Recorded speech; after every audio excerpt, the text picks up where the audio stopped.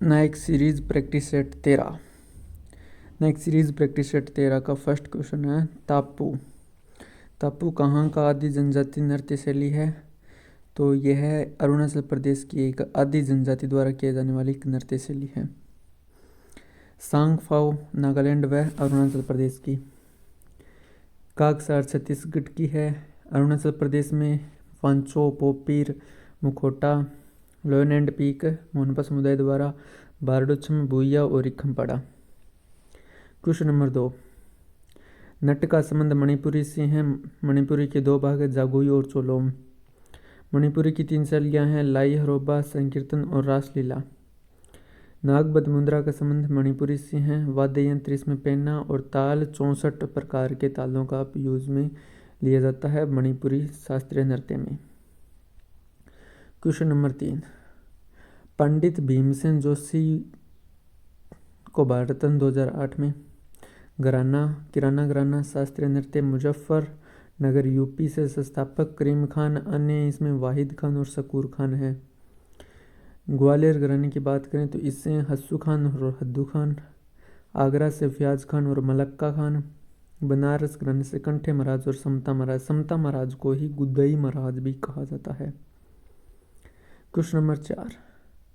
रमा वेदनाथम को देवदासी राष्ट्रीय पुरस्कार 2013 में मिला था। रमा वेदनाथम का संबंध भरतनाट्यम से है। उर्मिला सत्यनारायण का संबंध भी भरतनाट्यम से है। कुचिपुड़ी से अन्न शैलजा और भारती विठल। ओडिसी से माया धराउत और रानी करण। और मोहिनीअट्टम से रागिनी देवी और नीना प्रसाद। Question number 5। वर्ली लोक चित्रकला है वो किस से है? तो वर्ली का संबंध देखा जाए तो वर्ली महाराष्ट्र की है, ठीक है। उसके बाद कर्नाटक की रंगवाली और कुसुती। बिहार की बात करें तो बिहार के ये हो गए, बिहार के मधुबनी, मिथिला, अरिपन, गोदना, ये सभी कहाँ के हो गए? बिहार के, ठीक है। उसके बाद में तमिलनाडु के तंजौर और कोल्लम हो गई। उसके बाद में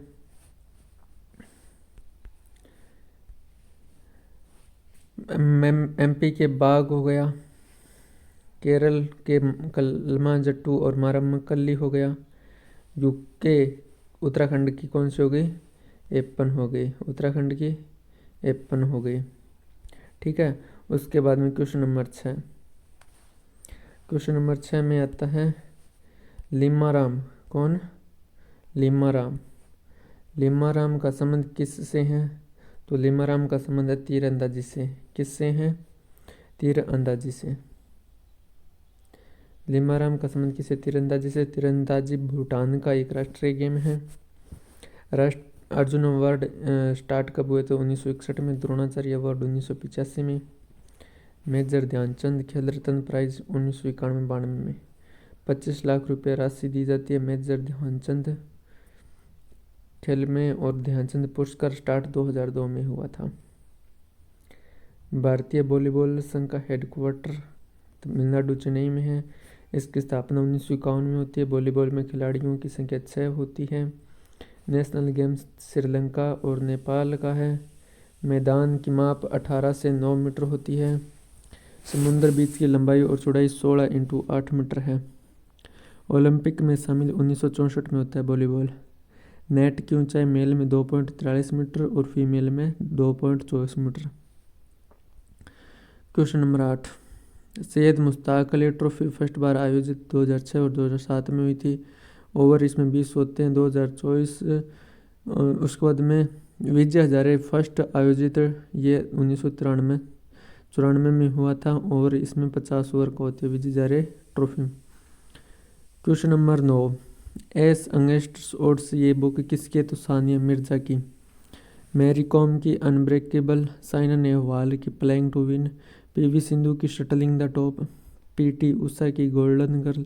मिताली राज की अनगार्डेड।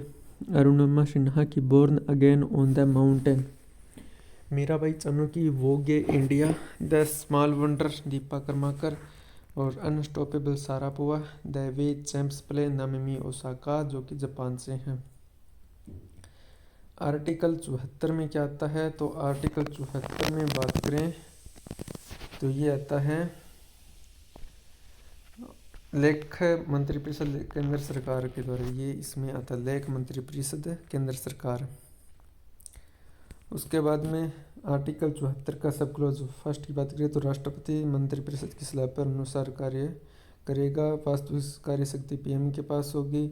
उसके बाद इसमें 3 प्रकार के मंत्री होते हैं, 3 प्रकार के कैबिनेट, राज्य मंत्री, उप मंत्री लोकसभा के प्रति उत्तरदायी होते हैं। तीनों के तीनों आर्टिकल 75 के अनुसार मंत्रियों की नियुक्ति, कार्यकाल, शपथ, योग्यताएं, वेतन भत्ते आर्टिकल 75 में आता है। मंत्रियों की संख्या वो लोकसभा की कुल संख्या से 15% से अधिक नहीं होंगी। यह 91 कॉन्स्टिट्यूट अमेंडमेंट 2003 से बात तय हुई थी।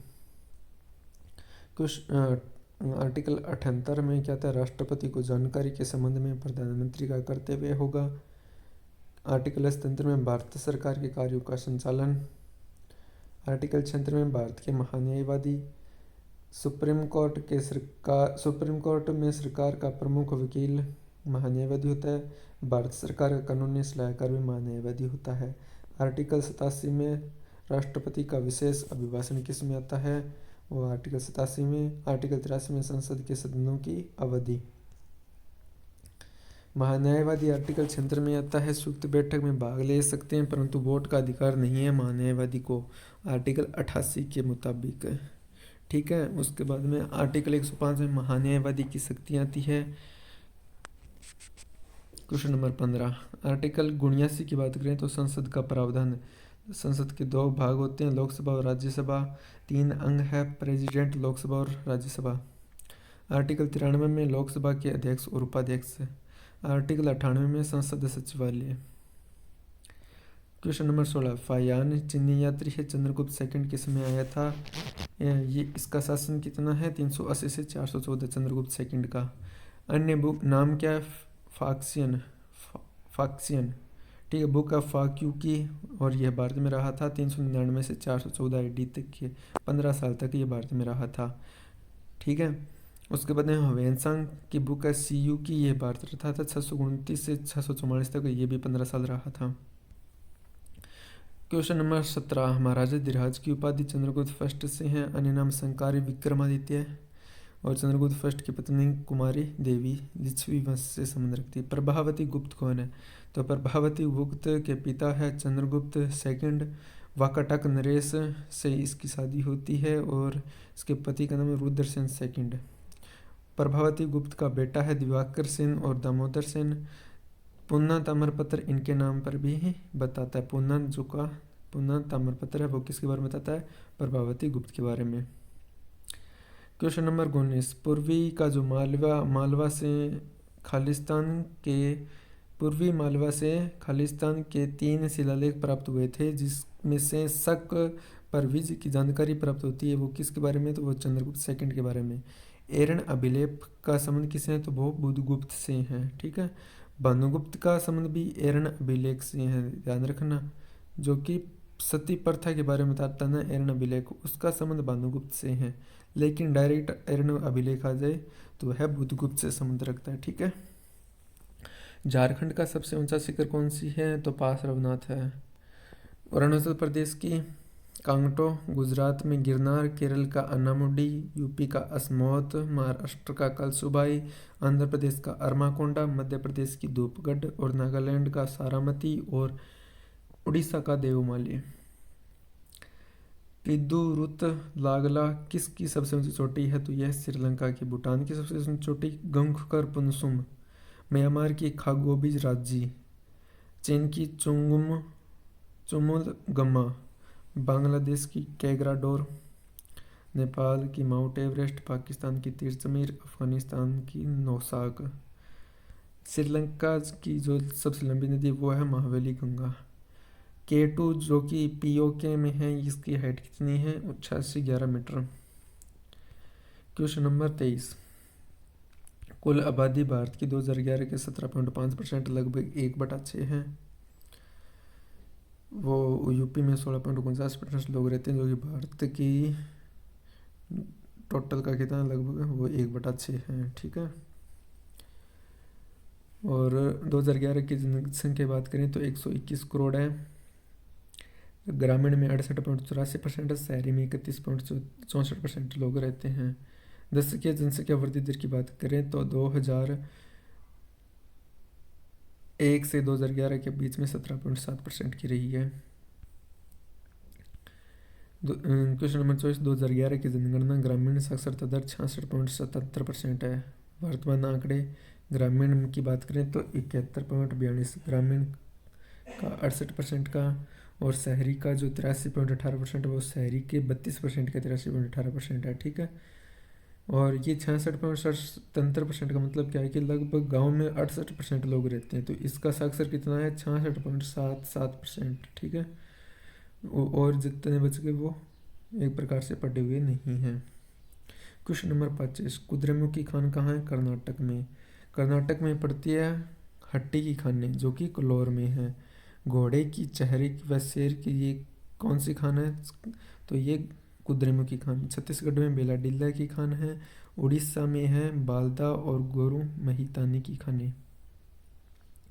1991 में भारतीय रुपये का अवमूल्यन 2 बार होता है, 1 जुलाई 1991 और 3 जुलाई 1991। पहली बार 1949 में हुआ था, दूसरी बार 1966 में हुआ था। ठीक है, उसके बाद में 2017 में बजट किस तारीख आ रहा है? 2017 से बजट है वो किस तारीख से आ रहा है? तो ये आ रहा था 1 फरवरी से आ रहा है। ठीक है, 2016 तक जो आया था वो फरवरी की अंतिम तारीख, जो अंतिम वर्किंग डे था उसको आता था। ठीक है, और बजट आर्टिकल 112 में आता है। पहला बजट 1860 में आया था, जेम्स विल्सन ने पेश किया था। और आज़ाद भारत का पहला बजट 1947 में षडमुख शेट्टी के समय। पहला पेपरलेस बजट 2021-22 में निर्मला सीतारमण ने। पहली महिला वित्त मंत्री इंदिरा गांधी। क्वेश्चन नंबर 28, पहल क्या है? तो पहल दुनिया का सबसे बड़ा घरेलू नकद हस्तांतरण कार्यक्रम है। इसमें एलपीजी घरेलू उपभोक्ताओं को सब्सिडी प्रदान की जाती है। यह किस मंत्रालय के द्वारा है? तो पेट्रोलियम एवं प्राकृतिक गैस मंत्रालय द्वारा। पीएम उज्ज्वला योजना 1 मई 2016 से शुरू होती है यूपी के बलिया जिला से। पीएम उज्ज्वला 2.0 10 अगस्त 2021 से शुरू यूपी के महोबा से। Question number 29, imperial bank of India को भारतीय स्टेट बैंक किस वर्ष बनाया गया? तो 1955 में। और इंपीरियल बैंक को ही भारतीय शाही बैंक कहा जाता है। ठीक है, 1806 में बैंक ऑफ कोलकाता है, यह 1809 में बैंक ऑफ बंगाल बना, और 1840 में बैंक ऑफ बॉम्बे बनता है, 1840 में बैंक ऑफ मद्रास। इन तीनों को 27 जनवरी 1921 को मर्ज कर इंपीरियल बैंक बना, जिसका राष्ट्रीयकरण एसबीआई में हो गया 1 जुलाई 1955 में। म्यूचुअल फंड किस संगठन द्वारा नियंत्रित किया जाता है? तो सेबी और आरबीआई के द्वारा। क्वेश्चन नंबर 31, छोटी अवधि के दौरान किसी पिंड पर लगने वाले बल को आवेग के रूप में जाना जाता है। आवेग है वो फोर्स इनटू सूक्ष्म टाइम, डेल्टा टी के बराबर होता है। ठीक है, सिस्मोग्राफ भूकंप का एक जो कि 0 से 9 के बीच में नापता है। स्केल कौन सा होता है? Richter scale. सूर्य की किरण जो तीव्रता है वो एक्टियोमीटर के द्वारा। समुद्र तल से ऊंचाई हिप्सोमीटर। वर्षा की मात्रा रेनगेज, और समुद्र की गहराई फेदोमीटर। क्षारीय मृदा धातु कौन से हैं? मैग्नीशियम, कैल्शियम, इसको बेटा मांगे कार स्कूटर बाप राजी, इस तरह से याद रखना। Magnesium, calcium, beryllium, strontium, barium और रेडियम। ओनली क्षार धातु कौन सी हैं? लिथियम, सोडियम, रुबिडियम, सीजियम और फ्रांसियम। अब बात करते हैं संभारिक जोड़ी जिसमें परमाणु भार सेम हो। तो कैल्शियम और आर्गन की बात करें तो कैल्शियम इसमें 20 हो गया परमाणु क्रमांक, और 40 हो गया इसका भार। ठीक है, उसी प्रकार आर्गन में बात करें तो इन सब में 40-40 परमाणु भार क्या है? सेम है। तो इसमें अंतर क्या है?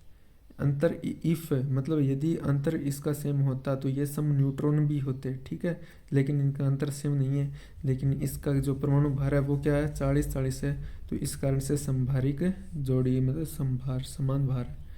उसके बाद क्वेश्चन नंबर 35, नेत्र के रोग कौन से हैं? तो ट्रेकोमा, मोतियाबिंद, ग्लूकोमा और कैटरेक्ट।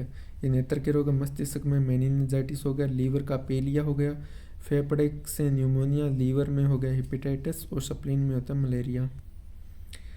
अंधेरे के डर क्या कहलाता है? तो निक्टोफोबिया। पक्षियों से आर्नोफोबिया, जंतुओं से जोफोफोबिया, और बारिश से ओम्ब्रोफोबिया, प्रकाश से फोटोफोबिया, और समुद्र से थैलासोफोबिया, चढ़ाई से क्लाइमेकोफोबिया। Question number 37। यूपीएससी के निदेशक हंसा मिश्रा है। यूपीएससी के अध्यक्ष मनोज सोनी। भाग 14 में आता है यूपीएससी आर्टिकल 315 से 323 के बीच में। ठीक है। 10 अक्टूबर 1926 को लोक सेवा आयोग बना। हेडक्वार्टर नई दिल्ली में है। ठीक है। फर्स्ट अध्यक्ष इसके रोस ब्राकर थे। यूपीएससी अध्यक्ष की नियुक्ति राष्ट्रपति द्वारा 6 वर्ष या 65 वर्ष के समय तक राष्ट्रपति द्वारा की जाती है। Question number 38। नोबेल पुरस्कार 2024 को ये मिला है मिशेल टेलाग्रैंड को। इसकी शुरुआत 2003 से होती है, जिसको नोबेल ऑफ मैथ भी कहा जाता है। प्रित्जर अवार्ड जो कि वास्तुकला का नोबेल है, उसे 2024 में रिकेन यामामोटा को दिया गया है। यामामोटो। सिग्मो त्योहार गोवा का है। इंडिया एनर्जी वीक ये 2024 गोवा में बना है। भारत का पहला लाइट हाउस गोवा बनने जा रहा है, और सभी हॉस्पिटल में आईवीएफ फ्री कर दिया है वो गोवा में। Question number 24। दुनिया के पहले ओम आकार की मंदिर का उद्घाटन राजस्थान में हुआ है, जो कि 1008 मूर्तियों का है। जो ये मंदिर है यह शिव का है, और नागर शैली में ये बना है पाली जिले में। भारत के पहला हरित ऊर्जा पुरस्कृत स्थल मंदिर कौन सा है? तो महाबली तट का पूर्व मंदिर है, जो कि तमिलनाडु में है। आज की कक्षा को यहीं विराम देते हैं। कल होगा नाइक सीरीज का प्रैक्टिस सेट नंबर 14। ठीक है। तो बाय बाय, धन्यवाद।